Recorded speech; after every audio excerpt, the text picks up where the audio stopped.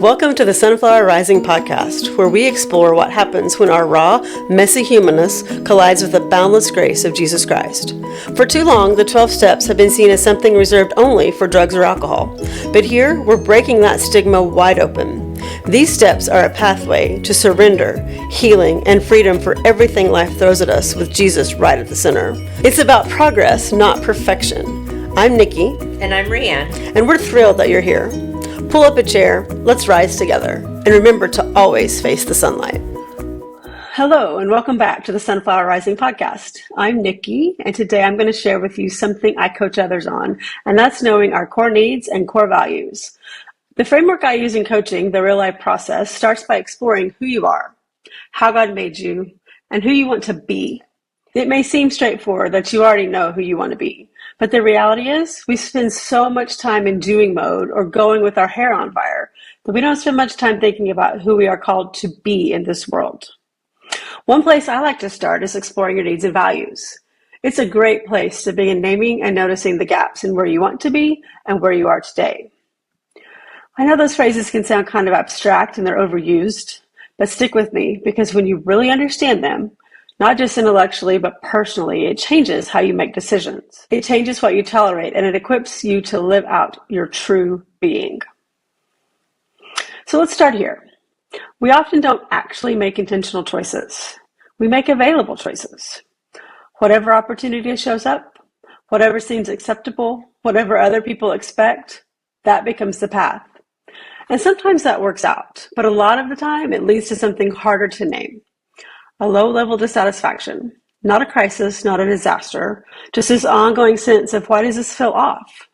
That off feeling, that's often misalignment. So let's start by defining some terms. What are our core needs? Our core needs are the basic things we uniquely require to thrive in our life and work. When our needs go unmet, we struggle to make progress on what matters to us most. These qualities express not simply what we want, but what we need. Some common ones include acceptance, being right, certainty, freedom, peace, and safety. And here's something important to know. Your needs are not optional. You can ignore them, but they don't go away. Let's think about it like this. If you're someone who deeply needs autonomy, but your job micromanages every move you make, that friction will wear you down. You'll try to push through it, and you might tell yourself this is just how work is. But over time, it shows up as a frustration, burnout, and maybe even gets to resentment. Or if you're someone who needs strong connection, but your life is structured in a way that keeps people at a distance, you stay busy, you stay productive, but something feels empty. When your core needs aren't met, your system will let you know. So what are core values? Let's define that term. If needs are about functioning, values are about direction. Your core values represent what you do and how you express yourself. Values are how we uniquely live out what matters to us most. Keep in mind that if our needs are not met first, we will struggle to live out our values. Some examples of values are creativity, adventure, contribution, leadership, spirituality, and even winning. Values shape your identity. They influence how you want to show up in the world. Here's the key distinction. You can meet your needs in ways that violate your values. And that creates a different kind of discomfort.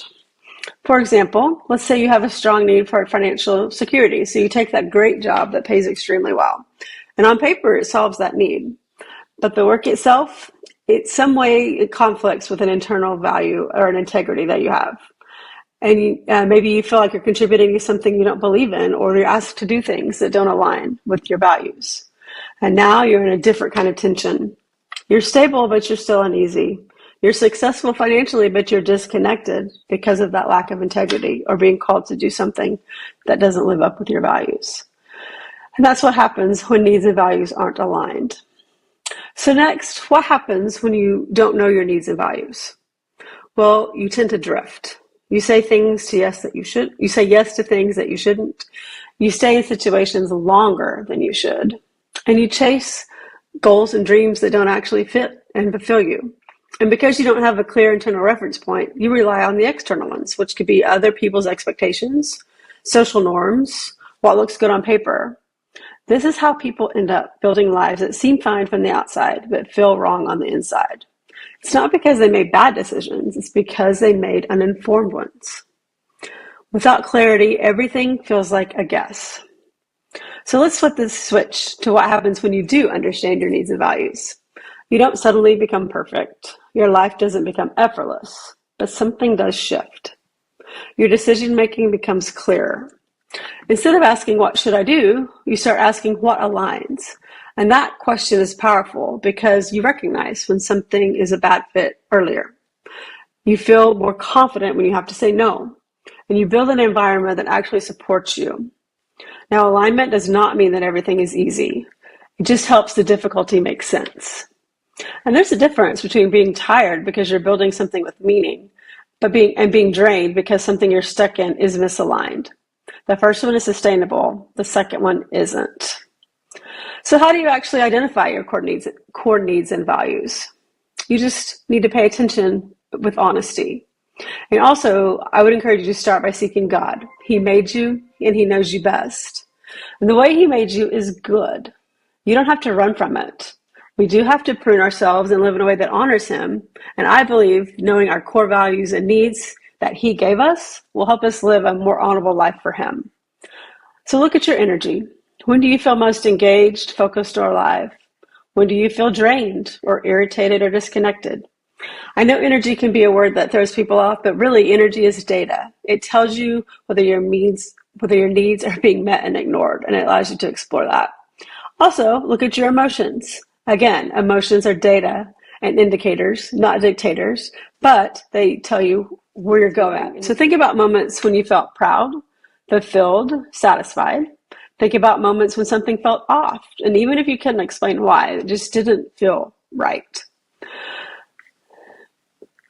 These reactions often point directly to our values. So you can ask some questions to try to get there too. So you can ask, what do I need to function well? What do I refuse to compromise on? What kind of life actually feels like mine? So once you start noticing, patterns will start to emerge. I also have a free tool that can help you explore your core needs and values. On my website, nikkisnyder.com, you can download a free needs and values list, and there's some reflection questions that go along with it. This guide is a great place to start in naming and noticing your top 5 needs and your top 5 values. If you want to go deeper, I also offer a needs and values coaching package, and it begins with a larger needs and values assessment and a couple of coaching sessions around that. You can also find more information about that on my website. So let's wrap up by looking at what happens once you do have clarity around your needs and values.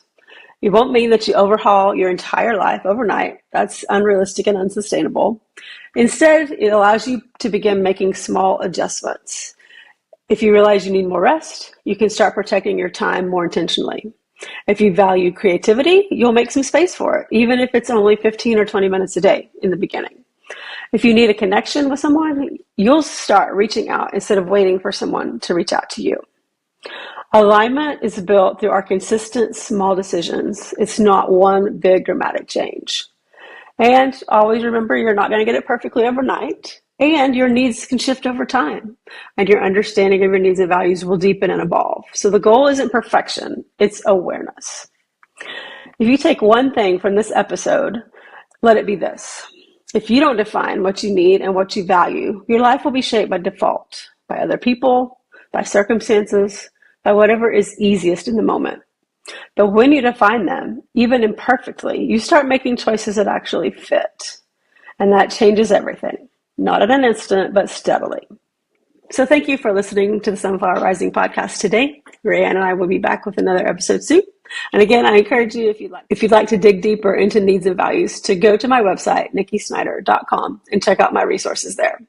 And remember, always face the sunlight.